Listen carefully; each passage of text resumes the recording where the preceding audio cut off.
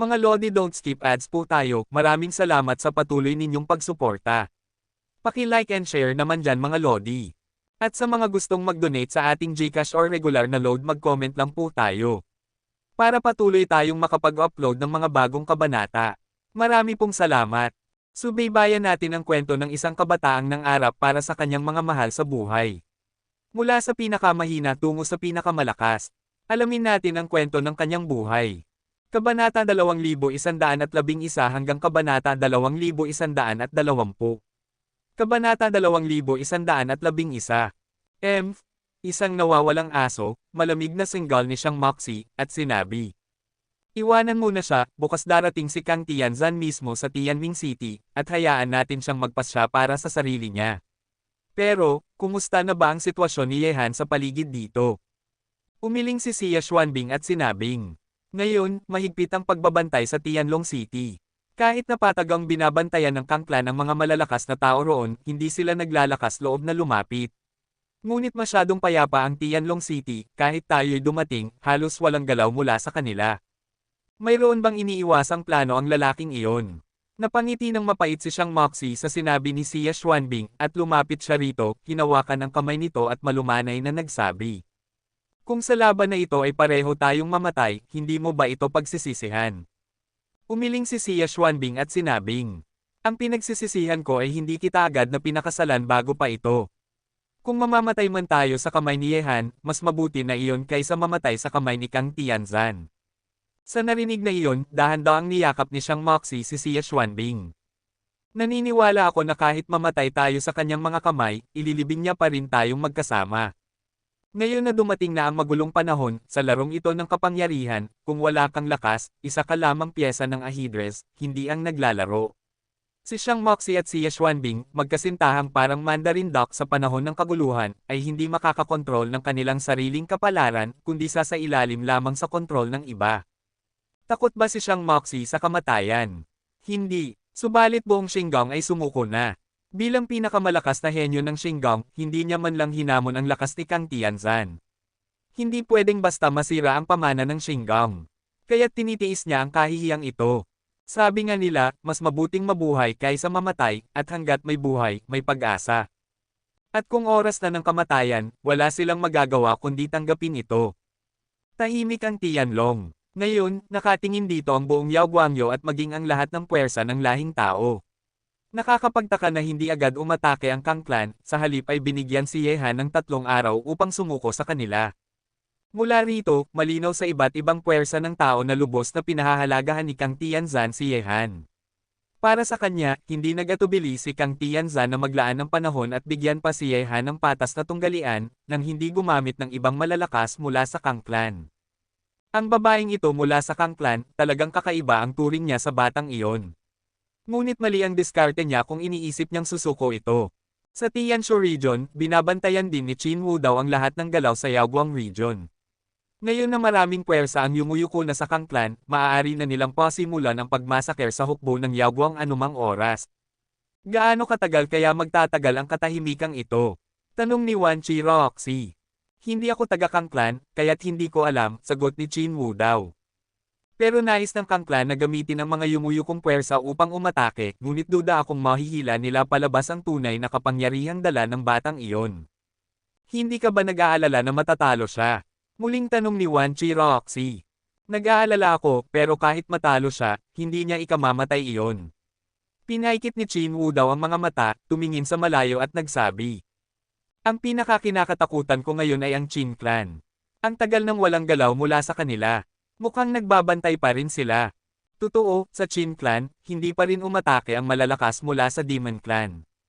Ayaw ni Emperor Qin Wu na sumugal. Hindi niya alam kung saan napunta ang ninuno ng Qin Sheng at ang mga puwersa ng Qin Clan. Kung ang mga nawawalang puwersa ng Qin ay nasa Tianshu pa rin, delikado kung kikilos siya. Maliban na lang kung lilito ang mga ninuno ng Qin Sheng at ang lakas ng Qin Clan sa Yaoguang area, doon lamang maglalakas loob kumilos si Emperor Qin Wu. Kang Clan, napaka-relax ninyo. Hihintayin ko kayo ng ilang araw pa. Malamig na sabi ng isang makapangyarihang nilalang mula sa Demon Clan sa bulwagan ng Qin Clan. Hindi sumagot si Emperor Qin Wu. Lahat ng kanilang mga mata ngayon ay nakatutok sa Yao Guangyo. Kapag may galaw doon, saka lamang sila kikilos dito. Hehe, nakakapagod ang ganitong paghihintay. Siguradong may mga taong naiinip na. Sa duhantiya niya, bahagyang ngumiti si Chinwat Ian. Nakatingin siya sa kalangitan sa itaas ng Chin Clan at naramdaman niya ang paparating na bagyo. Ang mga henyo ng Kang Clan ay siguradong nainteresado sa batang iyon, kung hindi, bakit nila ipagpapaliban ang pagkakataon para lamang sa maliit na Yaoguang realm. Sabi ng isang magandang babaeng nasa kalagitnaang edad. Kung ako man, gugustuhin ko ring mapasunod ang batang iyon. Ang pagkakaroon sa kanya ay parang pagkakaroon ng makapangyarihang sandata. Pero paano siya, na napaka-ambisyoso, susuko sa Kang Clan? Umiling si Chinwat Ian at tumingin sa magandang babae. Yanchi, nais kong lumaban ka para sa Chin Clan kasama ko. Patawarin mo ako. Kung hindi dahil sa'yo, hindi ako magiging ganito ngayon. Mabuti na lang at umalis na ang batang babae sa Chin Clan, kaya panatag na ako, buntong hininga ni Mu Yanchi. Ngunit sa tingin ko, hindi lang ang Chin Clan ang target ng Demon Clan. Malamang ay kaugnay din ito sa aming Forbidden Clan. Ang Forbidden Curse ng aming lahi ang pinakakinatatakutan ng Demon Clan. Lagi nilang iniisip na lipulin kami. Mas matalas pa ang pangamoy ng mga demonyong iyon kaysa aso. Kumislap ang malamig na tingin ni Chinwat Ian. Pero kahit gaano katalas ang kanilang pangamoy, hindi pa rin nila natutuklasan ang mag-ina.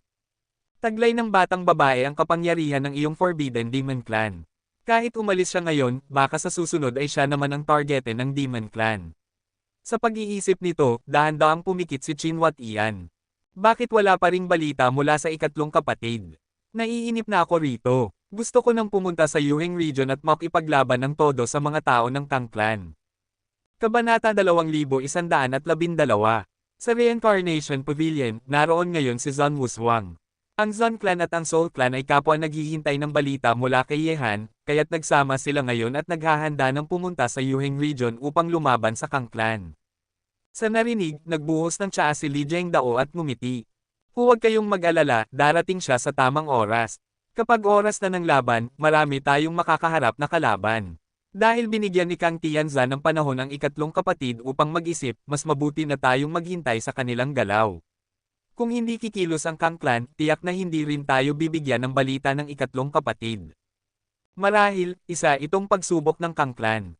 O baka naman, tunay na binibigyan nila si Yehan ng pagkakataon para sa patas na laban, sabi ng anak ng reinkarnasyon. Ano man ang totoo, hindi pa rin tayo maaaring kumilos ng padalos-dalos. Umupo muli si Zun Wushuang. Ang labanan sa Yao Guangyo ay malapit nang magsimula, at hindi niya mapigil ang hangarin na pumunta na sa Yuhingyo upang harapin ang Kang Clan. Sa ilalim ng matamang pagbabantay ng iba't ibang puwersa ng lahing tao, lumipas ang 2 araw, at 1 araw na lamang ang natitira bago ang itinakdang araw ng langit para libanjin si Yehan. Sa sandaling iyon, dumating na sa Tianming City si Kang Tian Burial, at nasa likuran pa rin niya ang iskolar na mapatla ang mukha mula sa Kang Clan. Nang makita ang babaeng dumarating na tulad ng isang Diyos ang mandirigma, nakapila sina Xiang Moxie at iba pa sa bulwagan, 2 hanay, upang hintayin siyang umupo sa punong luklukan. Xiang Moxie, may galaw ba mula sa lalaking iyon? Malamig na tanong ni Kang Tianzan mula sa kanyang upuan, diretsyong nakatingin sa kanya gamit ang mga matang matalim tulad ng espada. Umiling si Xiang Moxie at sumagot. Sa ngayon, wala pang galaw. Ngunit may isang tao na dumating upang sumuko sa Kang Clan. Oh, sino? Walang gaanong interes si Kang Tianzan, kahit sumuko si Yehan, hindi iyon makakabuhay ng interes niya. Ipinatawag ni Xiang Moxie ang pinunong guro ng Tianzong. Nang makita ito, tinanong ni Kang Tianzan. Sino ka? Isa lamang akong taunan. Dumating ako upang sumuko sa Kang Clan, sapagkat pareho tayong may iisang kaaway, sagot ni Tianzong, puno ng galit nang banggitin si Yehan. Kung gayon, malaki ang galit mo sa lalaking iyon. Matalim ang tingin ni Kang Tianzan, at saka ngumiti ng may kahulugan. Xiang Moxie, iparating mo sa kanya, bukas sa tanghali, bibigyan ko siya ng regalo sa ating pagkikita dito sa Tianming City. Nang marinig ito, nabigla ang lahat sa bulwagan. Papupuntahin si Yehan sa Tianming City, darating kaya siya. Alam ng lahat na ang Tianming City ngayon ay punong-puno ng mga makapangyarihang mandirigma, libo-libo ang nakatalaga roon.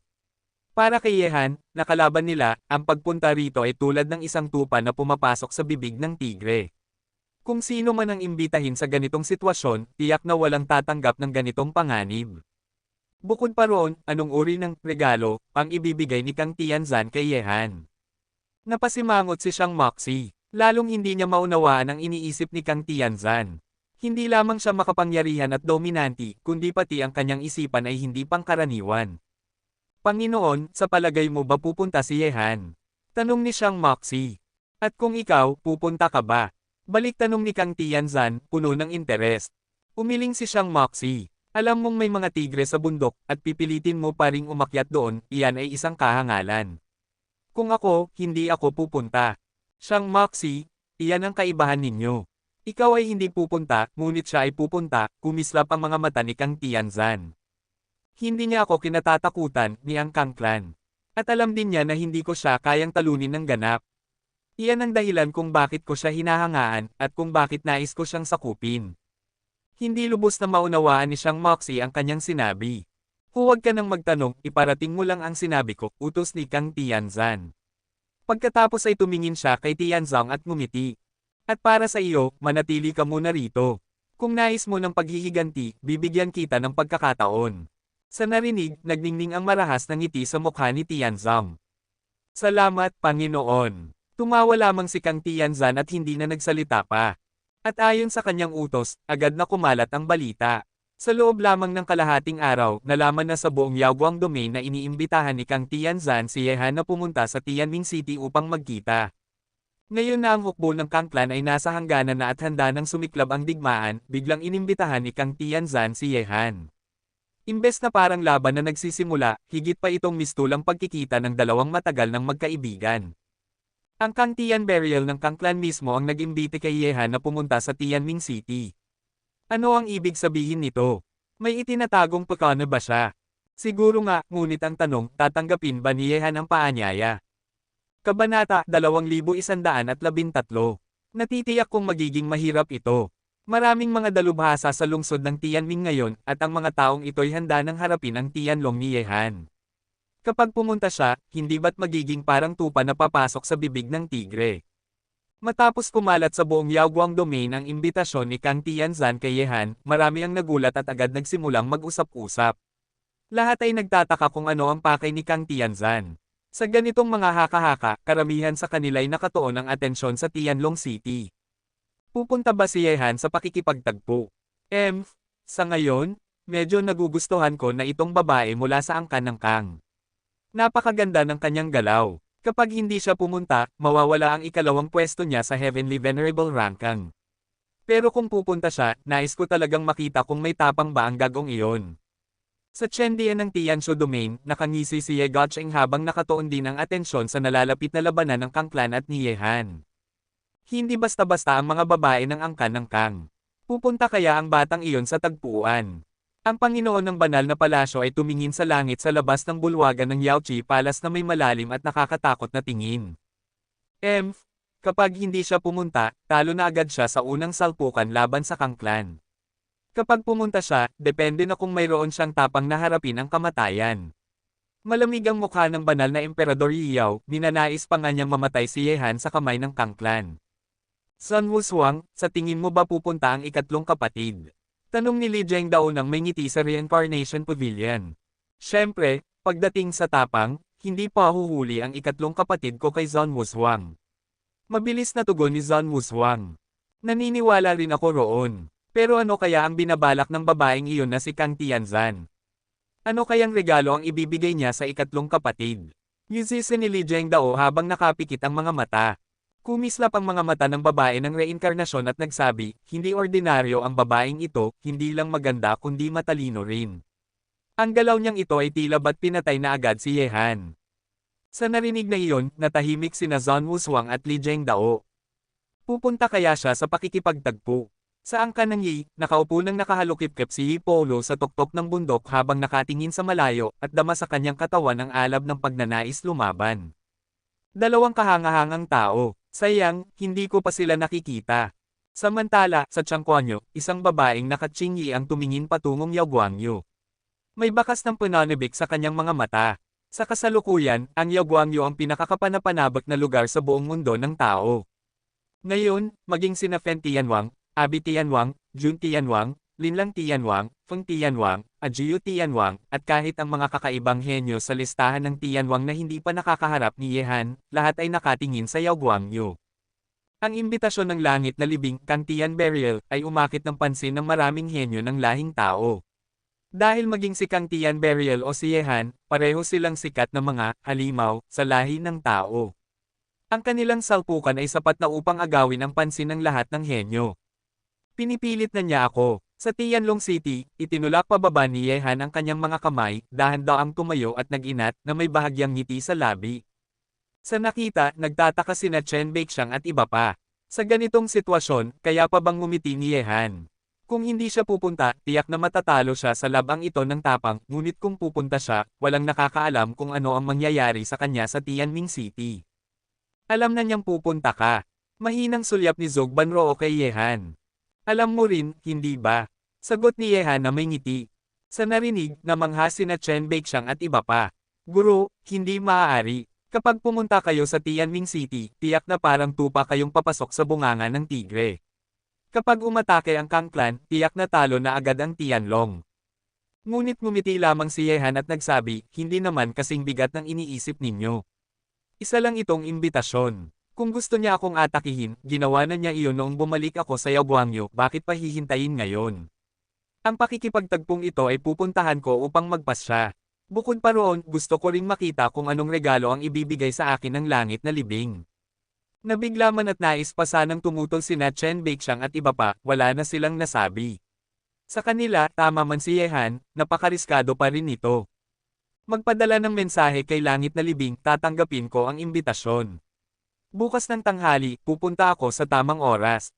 Sa isang pangungusap, tinuldukan ni Ye Han ang lahat. Alam niyang pinapanood siya ngayon ng buong mundo, kaya paano siya matatalo nang hindi pa nagsisimula ang laban.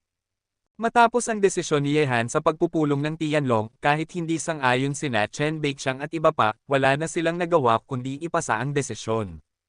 At nang inanunsyo ng Tianlong na si Ye Han ay darating sa pakikipagtagpo sa tamang oras kinabukasan, lahat ng nakarinig nito'y labis na nabigla. Kabanata 2114. Tinanggap talaga ni Ye Han ang paanyaya at pupunta siya sa Tianming City. Alam ng lahat na ang Tianming City ngayon ay tiyak na parang lawa ng mga dragon at yungib ng mga tigre para kina Tianlong at Ye Han. Kapag pumunta siya roon, malalagay siya sa panganib na mamatay. Kapag napatay si Ye Han sa Tianming City, paano palalaban ang Tianlong laban sa mga Kangzo? Tinanggap pa rin ni Ye Han. Hindi ba niya naiisip kung gaano kasalimuot at kasaklap ang panganib na dala ng Tianming City para sa kanya ngayon? Pumunta siya para makita si Kang Tianzan. Kung umatake si Kang Tianzan sa kanya sa Tianming City, dahil man siya o pugutan ng ulo, wala ng pag-asa ang Tianlong laban sa angkan ng Kang. Kahit na gusto siyang tulungan ng apat na malalaking angkan, magagawa lang nila iyon habang buhay pa si Ye Han. Pero kapag wala na siya, tiyak na hindi lalaban ang mga iyon sa Kang Clan dito sa Yaoguang Domain. Walang pakinabang kundi kapahamakan ang pupunta sa Tianming City. Hindi ko talaga maintindihan kung ano ang iniisip ni Ye Han. Sa tingin ba niya, tiyak na hindi siya papatayin ni Kang Tianzan. Sa bagay na ito, mahirap hulaan para sa mga tagalabas. Kahit si Ye Han mismo, tiyak na hindi rin siya sigurado ng buo. Ngunit, kahit napakadelikado ng pumunta sa Tianming City, bago magsimula ang tunggalian nila ni Kang Tianzan, hindi siya natalo sa larangan ng tapang. Ngayon, hintayin na lang natin kung ano ang mangyayari kapag nagharap na si Ye Han at si Kang Tianzan. Ano kayang igalo ang inihanda ni Kang Tianzan para kay Ye Han? Pagkatapos ay anunsyo ng Tianlong na tinanggap ni Ye Han ang paanyaya, mamalot ng matinding pagkagulat ang buong Yaoguang Domain. Ang usap-usapan ay umalingaw-ngaw sa bawat sulok ng lupain, at halos lahat ng mata ngayon ay nakatuon sa Tianming City. Doon, magtatagpo ang dalawang tanyag na halimaw ng mundo, sina Ye Han at Kang Tianzan. Lahat ay sabik na masaksihan ito. Hehe, Shang Moxie, ngayon alam mo na ba kung gaano kalaki ang agwat ninyo? Sa sandaling iyon, nasa Tianming City si Kang Tianzan, nakatingin kay Shang Moxie at sa iba pa na tahimik lang. May ngiti sa kanyang labi. Alam na niya ang tugon ni Ye Han, at kahit bago pa iyon, tiyak na niyang tatanggapin ni Ye Han. Sapagkat pareho sila ni Ye Han, at kilala niya na hindi ito uurong. Ngayon, hindi siya binaygo ni Ye Han, at isa ito sa mga bagay na kanyang hinahangaan sa kanya. Kung ikukumpara sa iba pang mga talento, mas higit ng malayo si Ye Han. Huminga ng malalim si Siyang Moxie at nagtanong, Panginoon, ngayong tinanggap na niya, ano ang dapat nating ihanda? Hindi niya talaga maunawaan ang desisyon ni Yehan. Kung siya ang nasa posisyon nito, hinding-hindi siya papayag sa ganitong kasunduan, lalo na't mag-isa pa siyang pupunta sa kuta ng kalaban, isang hakbang na maaaring magbunga ng buhay o kamatayan. Subalit, hindi rin maitago ni Siyang Moxie ang paghanga sa tapang ni Yehan. Ang agwat sa pagitan nila ay hindi lamang sa lakas, kundi maging sa iba pang aspeto. Pinaikit ni Kang Tianzan ang kanyang mga mata ng bahagya at nagsabi, hindi na kailangan. Hihintayin lang natin ang kanyang pagdating. Ang iba, huwag mo nang yuzazain pa. Walang nasabi si Siyang Moxie. Sa totoo lang, nais din niyang malaman kung anong klaseng regalo ang inihanda ni Kang Tianzan para kay Yehan. Alam mong may mga tigre sa kabundukan, pero pinili mo pa ring umakyat roon. Tatawagin ba kitang Hangul, o kay abangan lang ang meron ka? Pumunta ka, Yehan. Gusto kong makita kung paano ka haharapin ang kapalaran. Mas mabuti pa nga kung tuluyan ka ng patayin ng babaeng iyon. Sa bulwagan ng Tianshu Region, nagngangalit ang masasamang mata ni Ye Gotcheng. Naalala niya ang binatang tinalo siya sa Yaochi Palace, at muling bumungad sa kanya ang mapanganib ng ngiti ng kabaliwan. Samantala, halos lahat ng makapangyarihang puwersa ng lahi ng tao sa Yaoguang Domain ay nakatutok sa pangyayaring ito. Ang binatang gumigimbal sa buong mundo ay patungong Longtan at Tiger's Lair upang harapin ang nakakatakot na babae ng Angkang Kang, isang bagay na labis na ikinagulat ng marami. Sa totoo lang, matapang nga ang batang iyon, pero sobra rin siyang kampante. Sa loob ng kanilang angkan, binigkas ni Wan Qiroxi ang kanyang opinyon habang nakatingin sa lalaking nakatalikod na nakatayo sa pavilion. Ngumiti lamang si Qin Wu daw at tumugon, ang kay-abangan ay bunga rin ng lakas. Hindi mo pa lubos na naiintindihan ang mga paghahanda at ang pinagmumula ng batang iyon. Kahit na ang pupuntahan niyang babae ng Kang Clan ay parang yungib ng tigre, sa tingin mo ba wala siyang baon na plano? Nalito si Wan Qiroxi, ngunit hindi na siya binigyan pa ni Qin Wu daw ng karagdagang paliwanag. Ang pangatlong kapatid ko ay talagang siya nga. Kung wala siyang inihanda, ako mismo ang pupunta sa Yaoguang Domain para makita ang tagpong ito. Sa Reincarnation Pavilion, nakangiting wika ni Li Zhengdao, at sa kanyang mga mata ay may lalim ng pananabik. Kung alam ko lang, sana sumama ako noon sa pangatlong kapatid patungong Yaoguang Domain. Mas kapanapanabot doon kaysa rito. Ani Zon Wuswang na halatang naiinggit. Huwag kang mainip, paparating na rin ang oras natin, sagot ni Li Zhengdao na muli pang ngumiti. Parang kailangan ko ring pumunta sa Yaoguang Realm. Ang kasiglahan doon ay hindi ko na kayang palampasin. Wika naman ng isang mandirigma ng Yi Clan na kumikislap ang mga mata sa apoy ng labanan. Sa kabila ng pagiging pinakamahina sa 7 rehiyon ng lahi ng tao, ngayon ang Yaoguang Domain ang naging pinakamasigla at pinakamaingay na lugar. Doon, maraming kabataang henyo ng lahi ng tao ang nahumaling at tinatawag ng kapalaran. Kabanata 2115. Ang kamanghamanghang tunggalian ng mga batang henyo ng lahi ng tao ay nagsimula na, kaya marapat lang na ako'y lumabas at maglakbay. Sa domain ng Tianquan, isang babae na nakasuot ng berdeng bestida ang may ngiti sa kanyang mga mata, at dahan-daang naglakbay palayo sa kawalan. Ngunit, sa oras na maraming mga mata ng lahi ng tao ay nakatuon sa Yaoguangyo, at ang mga talakayan ay umaalingaw-ngaw, bigla namang nagliwanag ng mga guhit ng lilang kidlat sa langit sa palasyo ng Yaoqi, na nagdulot ng bigat at matinding presyong bomb-alot sa buong palasyo. Naramdaman ito ng mga pinuno, sa ibabaw ng pangunahing bulwagan ng palasyo ng Yaoqi, lumitaw ang banal na pinuno ng palasyo at ang 4 na mga Panginoon ng langit. Pinagmamasdan nila ang nagtitipong lilang kidlat sa kalangitan, at isang kakaibang anyo ang sumilay sa kanilang mga mata. Lilang banal na kidlat. Agad na napalingon ang kanilang mga mata sa lokasyon ng isang palasyo, at malinaw na ang sentro ng banal na kidlat ay doon nagmumula. Maaaring ang batang si Tianyin ay muling sasailalim sa tribulasyon. Habang ang kaisipang ito ay bumabalot sa kanila, isang magandang figure ang lumabas mula sa palasyo at tumindig sa kawalan. Matapos ang tribulasyong ito, papasok ako sa Yaoqi upang magsanay. Malamig ang mga mata ni Ye Qing. Sa pagkakataong ito, siya na ang pinakamataas na nilalang sa ikalawang tribulasyon, ngunit pakiramdam niya'y mabagal pa rin ang kanyang pag-unlad. Tanging sa loob ng Yaoqi niya mapapabilis ang kanyang lakas. Ngayon, sa Yaoguangyo, sina Kang Tianzan at Yehan ang sentrong pinagtutuunan ng pansin ng maraming puwersa ng lahi ng tao. Ang nalalapit na pagkikita ng dalawa ay nakalilito sa marami. Ngunit, malinaw din na ito'y isang pagsubok ng tapang bago magsimula ang kanilang tunay na labanan. Kung hindi tatanggapin ni Yehan ang tipanan, matatalo na siya agad sa larangan ng tapang. Ngunit, sa pagtanggap, malinaw na siya'y papasok sa isang loang kinasasakupan ng mga dragon at lungga ng mga tigre. Ano mang piliin niya, wala itong kaginhawahan para sa kanya. Kinabukasan, pagsikat ng araw, umalis na si Yehan mula sa lungsod ng Tianlong kasama si banal na Haring Qinghai, patungo sa Tianming City para sa tipanan. Sa pagkakataong ito, sa anyo, tanging si Qinghai Shengwang lamang ang kanyang kasama. Ngunit sa loob ng kanyang mundo ng Taoismo, handa nang lumaban ang mga malalakas mula sa pamilya Zin at pamilyang Qin, at sa isang tawag ni Yehan, agad silang lilito. Kaya't bagamat tila magaan ang kanyang pagpunta, kapag siya'y naligay sa panganib, magiging napakahirap siyang patayin. Bagaman alam ni Yehan na malamang ay hindi siya papatayin ni Kang Tianzan, kailangan pa rin niyang maging maingat sa nakatatakot na babaeng iyon. Bata, marahil inaasahan na ng babaeng iyon mula sa lahing Kang natatanggapin mo ang tipanan, nakangiting sabi ni banal na Haring Qinghai. Ngumiti rin si Yehan, totoo, tinanggap ko at ginawa ang gusto niya. Ngunit ako'y talagang nagtataka kung ano ang plano niya sa pagkikitang ito. Alam ko na nais niya akong sumuko, ngunit batid din niya na hindi sapat ang ilang salita upang kumbansihin ako. Ngumiti si Qinghai Shengwang, pagdating natin sa Tianming City, malalaman mo ang lahat. Kahit pa sinasabing may 10,000 malalakas na nakahimpil doon, ang tunay na puwersa ng lahing Kang ay nananatili pa rin sa Yuheng Region. Tumango si Yehan. Kung nais ni Kang Tianzan ng patas na tunggalian, hindi niya ilalagay ang buong puwersa ng Kang Clan sa Yaoguang Domain sa ngayon. Maliban na lamang kung tuluyang masusupol ni Yehan ang kanilang lakas, saka lamang ipapadala ni Kang Tianzan ang kanyang buong puwersa upang supulan siya. Bagaman malayo ang pagitan ng lungsod ng Tianlong at Tianming City, kahit hindi gamit ang bilis ni Qinghai Shengwang, aabutin lamang ito ng ilang oras. At nang dumating sina Yehan at Qinghai Shengwang sa Tianming City, makapal na mga hukbo ng mga dalubhasa ang naghihintay sa kalangitan.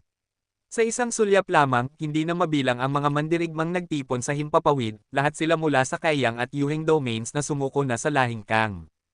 Sa mga sandaling ito, nakatuon ang napakaraming mata sa binatang dumating. Alam nilang siya ang pinakamahalagang tao para kay Kang Tianzan. At sa kanyang pagdating, dala niya iisang kasama lamang, tumungo siya sa lungga ng tigre, isang bagay na tunay nilang hinangaan. Ngunit, sa lupaing ito ng Yaoguangyo, sila rin ay magiging mga kaaway ng binata. At kapag sumiklab ang labanan, hindi sila makakaiwas. Hehe, tila napakangrand ng pagtanggap. Nais mo ba talagang ipakita ang iyong lakas? Sa pagtitig sa mga nakatayong figure sa harap niya, bahagyang ngumiti si Yehan. Sa kabuuan, 8 ang mga puwersang mula sa Kaiyang at Yuheng regions na sumuko na sa lahing Kang. Maraming mga dalubhasa, daan-daang mga supreme, at maging ilang immortal realm na mandirigma. Higit pa roon, may isang kalahating banal mula mismo sa Star Palace. Ngumiti si Qinghai Shengwang, totoo, engranding nga ang pagtanggap, ngunit hindi ito malaking bagay para sa'yo, bata. Sa marahang paglingga, minasdan ni Yehan ang paligid. Sa sandaling ito, tiyak na maraming mga lihim na mata ang nakamasid. Tunay ngang napakasigla ngayon ng Tianming City. Kabanata 2116. Sa oras na ito, sa ilalim ng mga matang nakatingin, sa harap ng hangkag na kalangitan na puno ng mga figure, isang binatang anino ang lumalakad patungo sa kinaroroonan ni Yehan. Matamang tumingin si Yehan, nagtagpo ang kanilang mga mata, at ang ngiti sa kanyang mga labi ay lalo pang lumalim. Si Xiang Moxi, ang nakamamanghang henyo na kabilang sa listahan ng mga hari ng langit, muling nagtagpo sila, ngunit sa pagkakataong ito, tila alanganin ang kanilang mga posisyon. Kuya Ye, matagal na tayong hindi nagkita. Humakbang si Xiang Moxi pasulong at magalang na nagbigay galang kay Yehan. Sagot ni Yehan, Kuya Moxi, matagal nga. Hindi ko inakalang muli tayong magkikita sa ganitong sitwasyon. Hindi ko rin inisip. Mapait na ngumiti si Xiang Moxi. Kung maaari lang, pipiliin kong hindi kita nakilala sa Sword Demon Cliff noon. Hindi ba't nangyari na ang lahat? Bumantong hininga si Yehan at muling nagsalita, Kuya Moxi, talagang magkalaban ba tayo ngayon? Kuya Ye, alam mong ako ngayon, at ang mga taong nasa likod ko, ay wala nang magawa kundi sumunod. Tahimik na sabi ni Xiang Moxi. Tumango si Yehan, bahagyang pumikit ang mga mata at ngumiti, Kuya Moxi, sa buhay, hindi iisa ang pagkakataon para pumili. Kahit sabihin mong wala kang magawa ngayon, lagi pa ring may pagkakataon para muling pumili. Pagkarinig nito, kumislap ang mga mata ni Xiang Moxi, huminga ng malalim at nagsabi, Kuya Ye, halika na. Matagal ka na niyang hinihintay.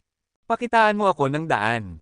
Pagkatapos ng usapan nila, agad nagbigay daan ang mga nagtipong kultibador sa kalangitan, at pinangunahan nina siyang Moxie Sinayehan at ang banal na Haring Qinggai patungo sa gitna ng lungsod Tianming. Kahit napakaraming makapangyarihan sa paligid, hindi natinag ang mukha ni Nayehan at Qinggai Shengwang. Ang lungga ng dragon at yungib ng tigre na ito ay tila pangkaraniwang lugar lamang sa kanila. Talagang karapat-dapat si Yehan na tawaging halimaw na kapantay ni Kang Tianzan. Iilan lamang ang may ganitong uri ng tapang. Habang nakatingin ang lahat ng kultibador na pumanig na sa angkan ng Kang sa papalayong likuran ni Nayehan at ng banal na hari, hindi nila mapigil ang humanga. Hindi nagtagal, sa pamumuno ni Xiang Moxie, nakarating si Nayehan at Qinggai Shengwang sa isang napakataas na gusali, tila abot langit ang tuktok nito. Sa loob ay may nakaupong isang babae na nakapikit, at may 2 taong nakatayo sa kanyang likuran. Mula rito, tanaw ang buong lungsod Tianming. Paglapag ni Nayehan at Qinggai Shengwang sa mataas na gusali, si Xiang Moxie naman ay tumayo sa likuran ni Kang Tianzan, tahimik lamang, hindi siya maaaring makialam sa pagkakataong iyon. Hindi mo nga ako binaygo. Halika, maupo ka. Nakita ni Kang Tianzan ang nakangiting si Yehan, kaya't ngumiti rin siya. Ngayon, lahat ng mata ng mundo ay nakatuon sa akin, at pinilit mo akong wala ng atrasan, paanong hindi ako darating? Maingat na ngiti ni Yehan, sabay upo sa harap ni Kang Tianzan kasama si banal na Haring Qinggai.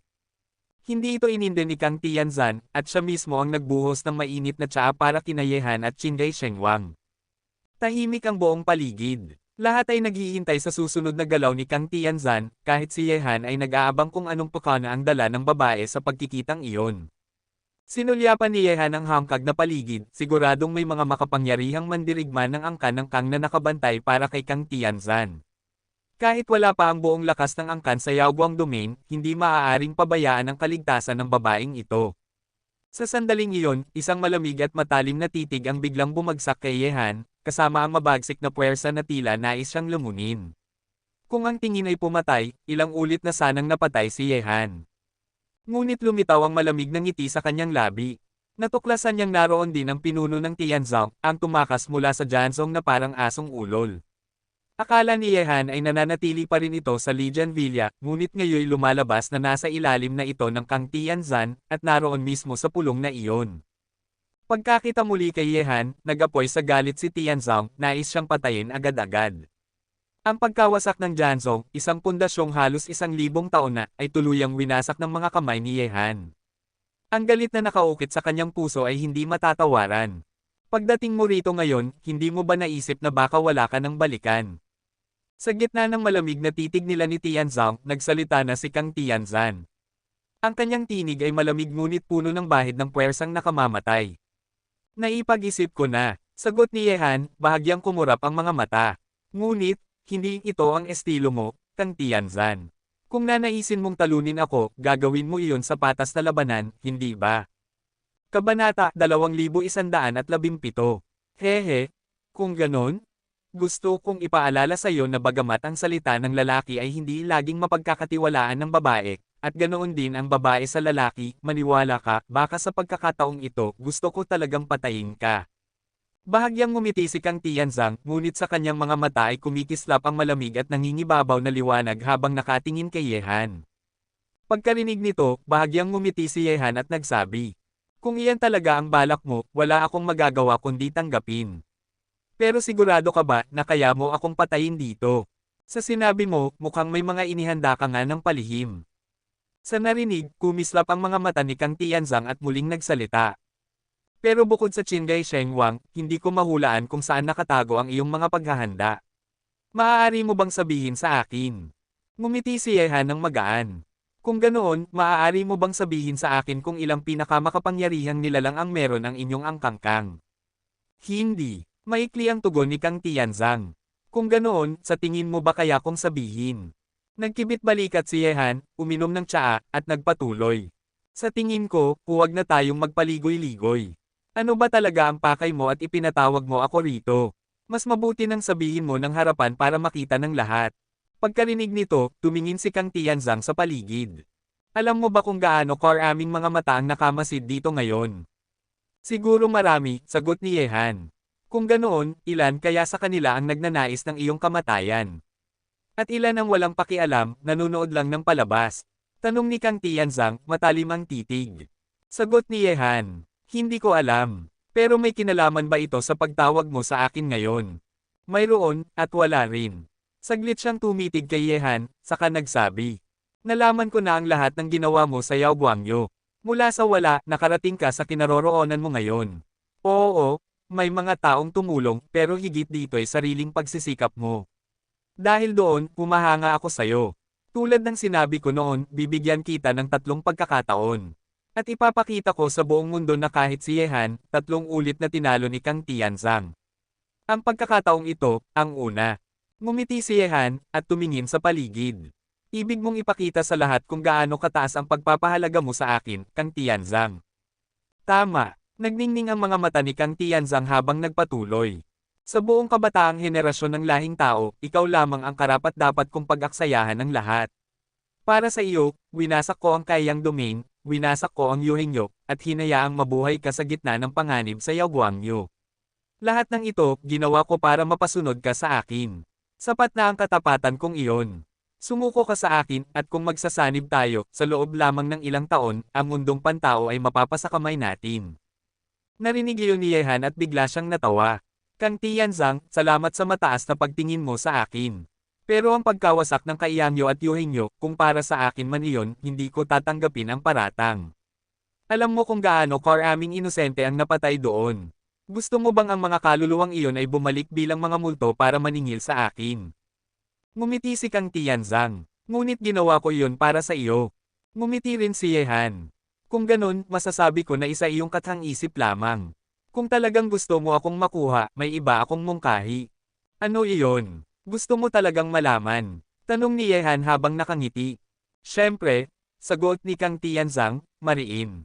Pakakasalan mo ako, hindi ba't makukuha mo na ako? Ngumisi si Yehan. Lalong lumaki ang ngiti ni Kang Tianzang. Lalaki, parang ikaw ang may gusto sa akin, hindi ba? Ngumiti si Yehan. Pareho tayo. Sa isang kagandahan tulad mo, sino ba ang hindi matutokso? Ang kaibahan lang, ako, may lakas ng loob sabihin ito. Umismid si Kang Tianzang. Ibig sabihin, hindi mo na iniisip ang unang pagkakataon na ibinibigay ko. Dapat alam mong kapag sinayang mo ito, mas lalapit ka sa iyong kamatayan. Mas maaga pa para masabi mo iyan. Ngumiti si Yehan at nagpatuloy. Kung ito lang ang dahilan kung bakit mo ako ipinatawag, tapos na ang ating pag-uusap. Huwag kang magmadali, tugon ni Kang Tianzang. Sinabi ko na, may dala akong regalo para sa ating pagkikita. Sigurado akong magugustuhan mo ito. Pagkasabi nito, tumingin siya kay Tianzang na nasa likuran niya, at may nakakatakot na ekspresyon sa mukha. Sinabi ko noon, bibigyan kita ng pagkakataong makapaghiganti.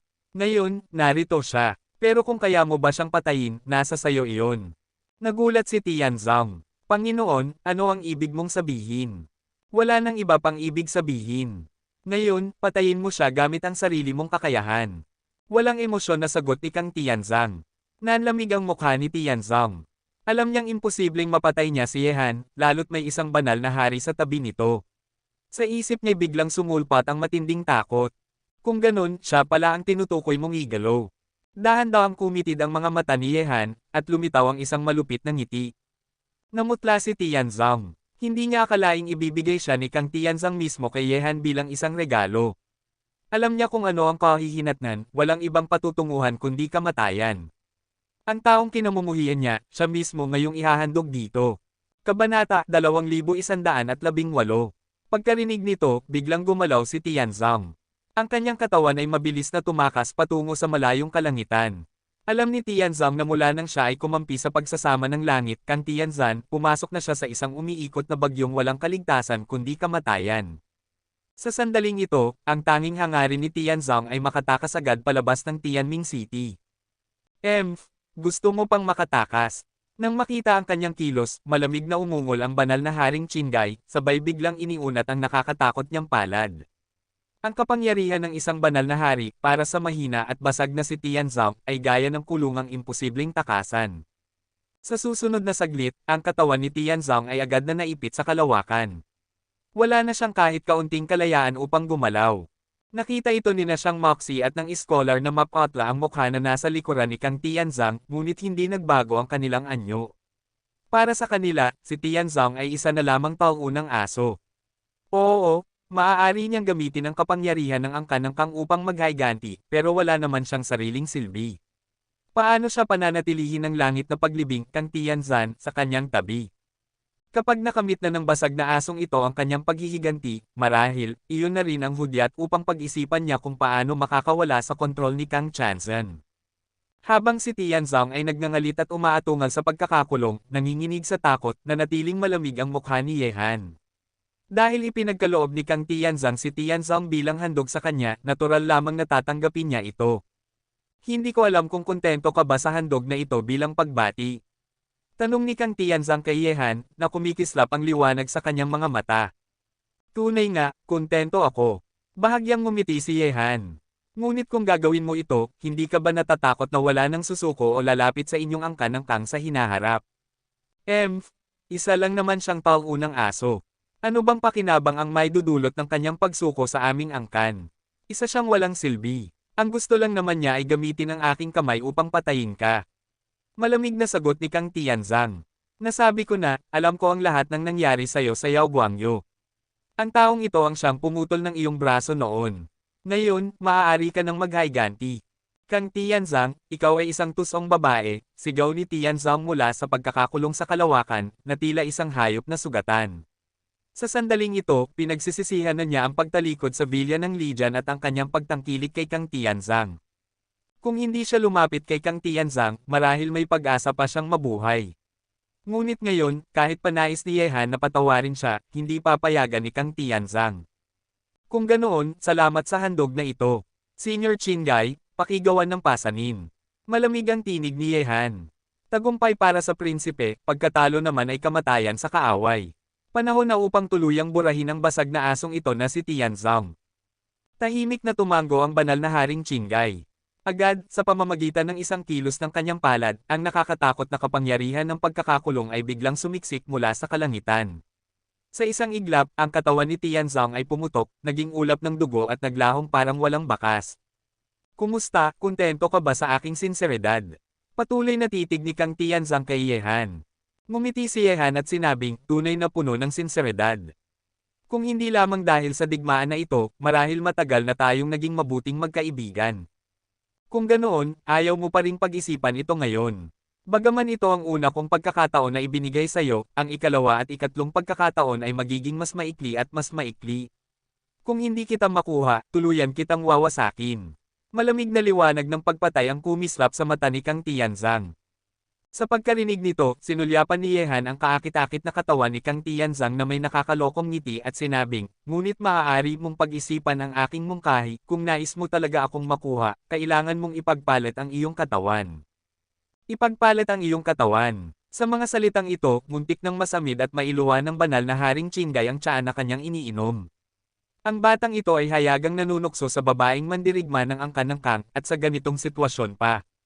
Kung maririnig ito ng iba pang puwersa ng lahi ng tao, tiyak na mahuhulog ang kanilang mga panga sa lupa sa pagkagulat. Sa sandaling iyon, pati si Shang Moxie ay napatulala sa sinabi ni Yehan. Sa buong mundo, tanging ang kabataang henyo na ito lamang ang may lakas ng loob na bastyusin si Kang Tianzang ng harap-harapan.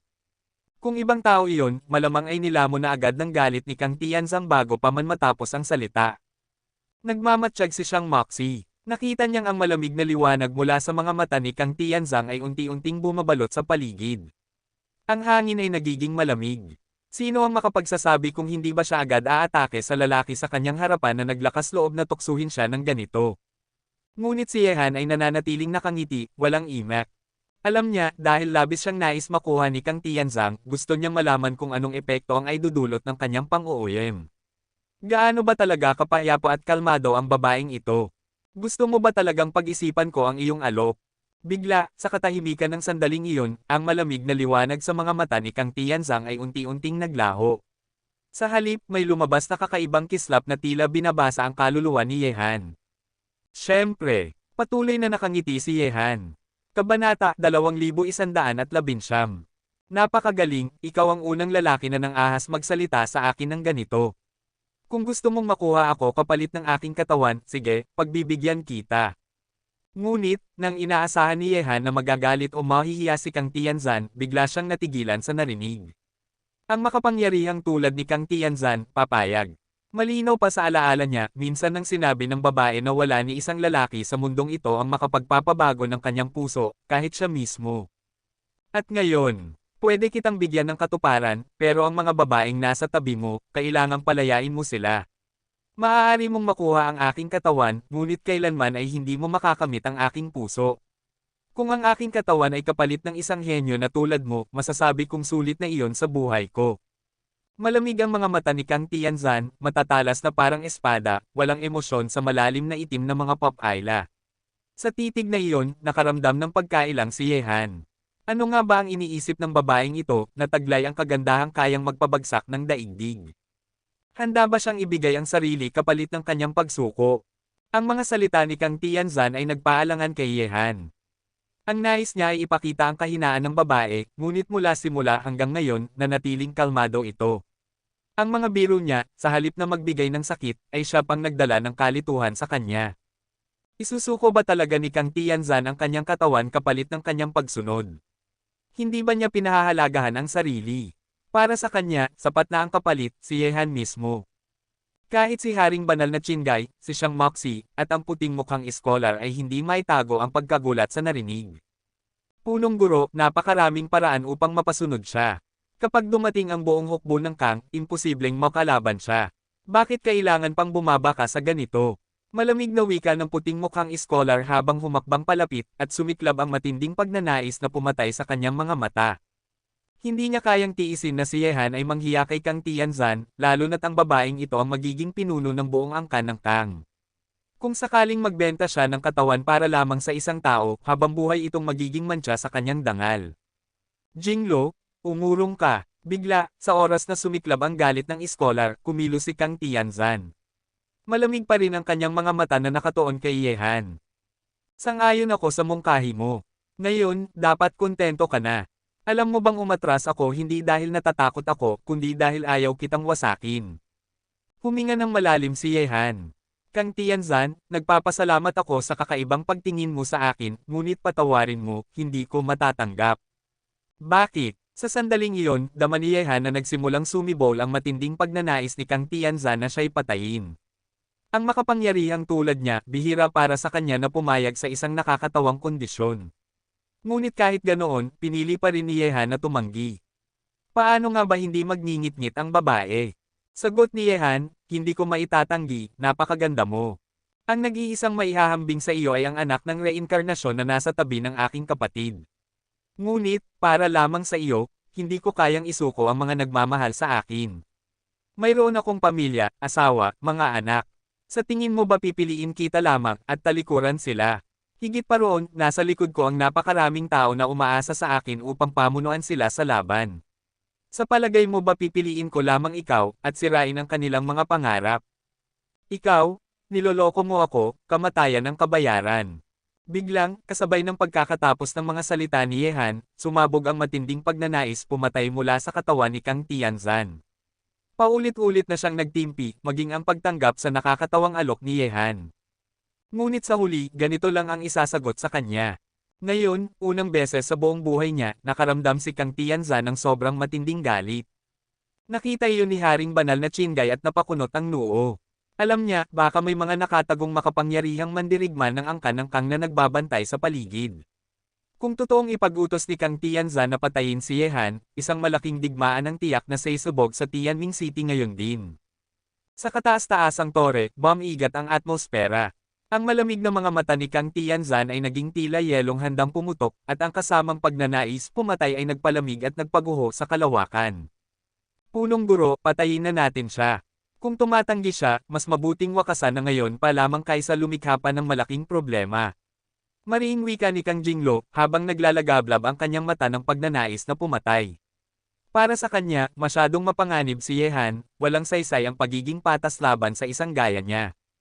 Tahimik lamang si Xiang Moxi, ngunit daman niyang ang galit ni Kang Tianzan at Jinglo ay umabot na sa sukdulan. Kapag ito'y kumawala, walang pag-aalinlangan, madudugo ang lahat. Ngunit sa lahat ng iyon, nanatiling kalmado ang mukha ni Yehan. Batid niya, oo, galit na si Kang Tianzan, ngunit pinipigil pa rin niya ang sarili. Si Kang Tianzan ay isang taong marunong pahalagahan ang talento. Para kay Yehan, ginugol na niya ang napakaraming pagsisikap, pati ang pagwasak sa Kaiyangyo at Yuhengyo, lahat iyon para lamang pilitin siyang sumuko. Ngunit paulit-ulit siyang tinatanggihan. Totoo bang gusto mo akong patayin ngayon? Tanong ni Yehan, nakatitig kay Kang Tianzan ng walang takot. Kabanata 2120. Sinasabing ang mga magandang mata ni Kang Tianzo ay pa ng matinding pagnanais pumatay, ang malamig na liwanag ay mas tumindi pa, dapat na ba niyang patayin ang lalaking nasa harapan niya ngayon? Ngunit ayaw pa talaga niya dahil hindi pa sila tunay na naglaban. Huminga ng malalim si Kang Tianzan at sa sandaling iyon ay pinipigilan niya ang nagngangalit na pagnanais na pumatay sa kanyang puso at sinabi. Sinabi ko na, bibigyan kita ng 3 pagkakataon, at kailanman ay hindi ko sisirain ang aking pangako. Ngayon, may 2 ka pang pagkakataon. Lalaki, pahalagahan mo ang natitirang oras, dahil pagdating ng araw na iyon, tunay mong ibubuwis ang iyong buhay. My lord, sumili ang madilim na tingin sa mga mata ni Kang Jinglo. Kang Jinglo, ako ba ang pinuno ng angkan ng Kang, o ikaw? Malamig na tugon ni Kang Tianzan. Sa narinig, agad umatras si Kang Jinglo. Hindi ako mangangahas. Mula sa puntong ito, dapat kitang pasalamatan dahil binigyan mo ako ng pagkakataong mabuhay ng mas matagal, kalmadong sagot ni Yehan habang tumingin sa kanilang dalawa. Ngunit alalahanin mo rin, mula ngayon, ang kapalaran ko ay hindi mapupunta sa kamay ni Newman. Kung nais mong angkinan ang aking buhay, natatakot ako na wala kang tsansang magawa iyon. Walang emosyon na wika ni Kang Tianzan. Lalaki, kung hindi ka susunod sa akin, ako, si Kang Tianzan, ang kukuha ng iyong buhay, at hinding-hindi ka mabubuhay. Tandaan, may 2 ka pang pagkakataon. Aalalahanan ko, pero payo ko sa iyo, huwag kang masyadong maging kumpiyansa. Baka isang araw, ikaw mismo ang babagsak dahil sa iyong labis na pagtitiwala sa sarili. Dahan-dahang tumayo si Yehan, tumingin sa langit, at nagsabi, dito, tapos na ang ating usapan. Kung hindi tayo iisa ng landas, hindi tayo maaaring magsama sa iisang bangka. Nakita ito ng banal na haring si Qinggai na tahimik lamang na nakamasid, kaya tumayo rin siya, handang sumama kay Yehan sa pag-alis. Isa pa, lumingon si Yehan kay Kang Tianzan at nagpatuloy. Salamat sa iyong igelo, sa ating pagkikita ngayon.